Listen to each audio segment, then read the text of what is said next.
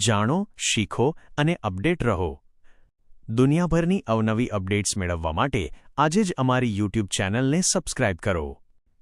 જે લોકો ગુજરાતના જાહેર સેવા ક્ષેત્રમાં કારકિર્દી બનાવવાનું સપનું જોઈ રહ્યા છે, તેમના માટે ખૂબ જ મોટા સમાચાર છે. જીપીએસસીએ એક એવી તક જાહેર કરી છે જે ખરેખર ઘણા લોકોના સપના પૂરા કરી શકે છે.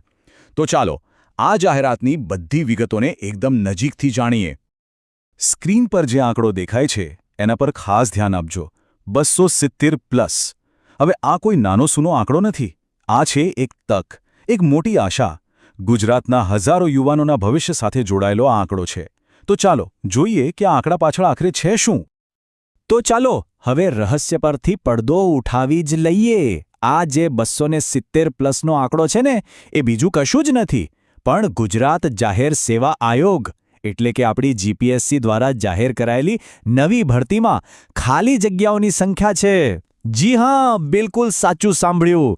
270થી પણ વધારે સરકારી પદો માટેની આ એક જબરદસ્ત તક છે. તો હવે સ્વાભાવિક છે કે મનમાં ઘણા બધા સવાલો ઊભા થાય, જેમ કે આ ભરતી કોના માટે છે, કયા પદો માટે છે, અરજી કેવી રીતે કરવાની. તો ચાલો આ બધા જ સવાલોના જવાબ મેળવીએ અને આ ભરતીની મુખ્ય વિગતો પર એક નજર કરીએ. સૌથી પહેલાં તો આ ભરતી કઈ સંસ્થા કરી રહી છે? તો એ છે ગુજરાત જાહેર સેવા આયોગ એટલે કે જીપીએસસી. અને જ્યારે જીપીએસસીનું નામ આવે એટલે એક વાત તો પાકી જ હોય કે આખી પસંદગી પ્રક્રિયા એકદમ પારદર્શક અને ફક્ત મેરિટના આધારે જ થશે. મતલબ કે દરેક ઉમેદવારને પોતાની મહેનત બતાવવાની સરખી તક મળશે. અને હા, એક વાત ખાસ સમજવા જેવી છે. આ ફક્ત કોઈ નોકરી નથી, આ તો એક મિશન છે. આ ભરતી છે 2026ની સિવિલ સર્વિસ માટે. મતલબ કે અહીં પસંદ થનારા ઉમેદવારો સીધા જ રાજ્યના વિકાસમાં પોતાનો ફાળો આપશે. આ એ જ સપનું છે જે ગુજરાતના લાખો યુવાનો જોઈ રહ્યા છે.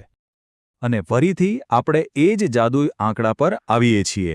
270થી વધુ.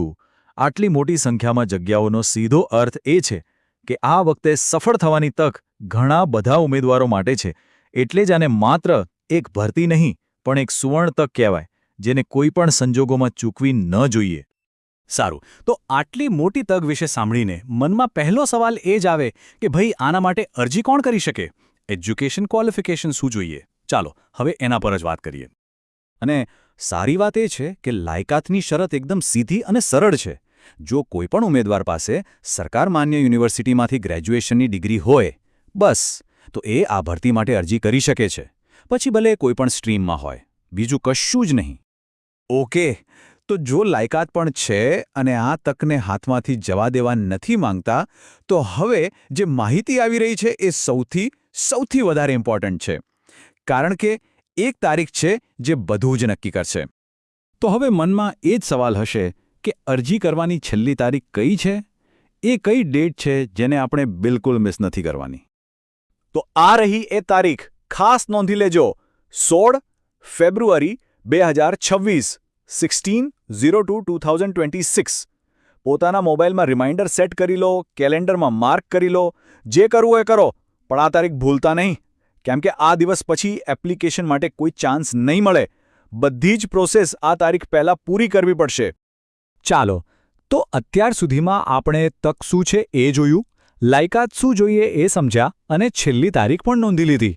હવે સવાલ એ છે કે હવે આગળ શું? એપ્લાય કેવી રીતે કરવું? પ્રોસેસ શું છે? ચાલો ફટાફટ એ પણ જોઈ લઈએ. આખી પ્રોસેસ એકદમ સિમ્પલ છે. ફક્ત 2 સ્ટેપ્સ છે.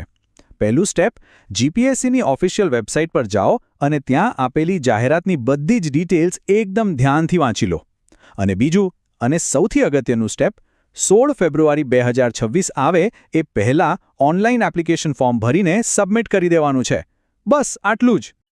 તો આ હતી જીપીએસસી 2026ની ભરતીની સંપૂર્ણ માહિતી.